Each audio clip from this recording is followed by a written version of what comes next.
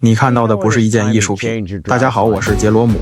在神的飞钓大神也有空军的时候，但是他的作钓策略和换饵思路是值得我们学习和肯定的。Pick the fly that you think is best. Often, the biggest fly you think the fish might take so you can see it better.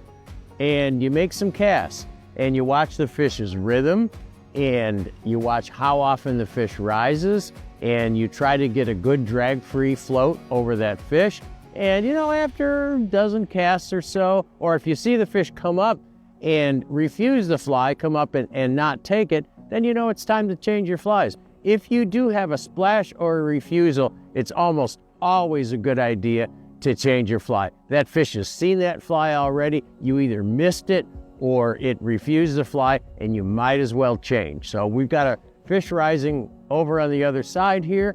We've got a lot of wind. It's going to be a interesting cast, and we'll see what we can do. I'm going to start with a fairly big caddis fly, a big kind of a tiny chubby Chernobyl-like thing, and I'll probably have to go a little smaller, so we'll see what happens. So I saw that fish come up, look at the fly, go back down. You really have to change flies in that situation, in my opinion. You can try a couple more casts, but generally you got to switch pattern. And generally, it's a good idea to go to one size smaller. So I'm going to go to a little bit smaller caddis fly and see if that does a better job. There's two things that could happen here. One is that I spooked the fish and he's not going to rise anymore. So what you want to do is stand on the bank or get in position and just wait until the fish gets back into a rise rhythm again. If the fish doesn't rise anymore, you're probably better off moving on to another fish. And the reason I'm putting on a caddis fly is that I don't see any flies on the water at all, but we did see some caddis earlier, so it makes sense to try a caddis fly. I don't see anything at all. So the fish could be eating caddis flies that are getting blown in the river in this wind, or it could be eating terrestrials. So if this caddis fly doesn't work, smaller caddis, then I'm going to go to a beetle or some kind of terrestrial. Oh, damn. Missed him. I hooked that fish and he felt the hook. So I'm done with him. We got to move on, find another rising fish. Well, we can't find another rising fish. So what do you do in that situation? Well, a lot of people would fish a nymph or a streamer, but you know what? I know these fish are willing to come to the top. I'm going to put on a beetle. It's a windy day. Maybe I can pound something up instead of, fishing a nymph or a streamer through there. I really want to fish dries today. So I'm going to put a beetle on and work this bank. It looks like a good bank, and see if I can bring one up.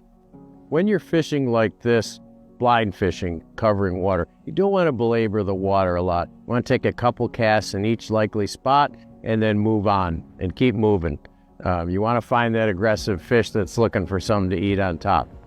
I'm going to pass up this water here. The current's moving fast. Doesn't look like there's any breaks in the bank, any little projections coming out, but I see a couple of grassy islands up here that are going to provide some more current breaks. So I'm just going to pass this and go right up to that water because I got a lot of water to cover up through this pool. All right, plan C. Didn't find any rising fish. That's A. Plan B, fish a small sort of beetly, caddisy thing. Never rose a fish all the way up this bank. So plan C is going to be bigger dry fly. Maybe I need a bigger dry fly to bring up these fish, and I'm going to hang a nymph off it, so I'm going to fish a dry dropper. My strategy here is to start with a fairly small nymph, a little beadhead pheasant tail, and then if all else fails, I'm going to a big clunking heavy nymph. All right, plan D, the little nymph didn't work. Now I'm putting on a big heavy blowtorch. See if that helps. I have exhausted all of my bag of tricks and have not caught a fish. As a last resort, we have to leave. I'm gonna put on a woolly bugger, a black woolly bugger, and strip it through this pool, and hopefully I can at least catch a fish. The woolly bugger is often the fly of last resort. All right, that's it. It's time to go, and I have been totally skunked.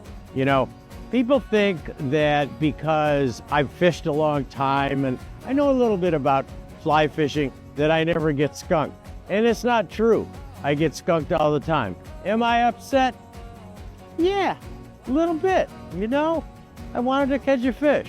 But tomorrow's another day, and I hope it's a better day for me.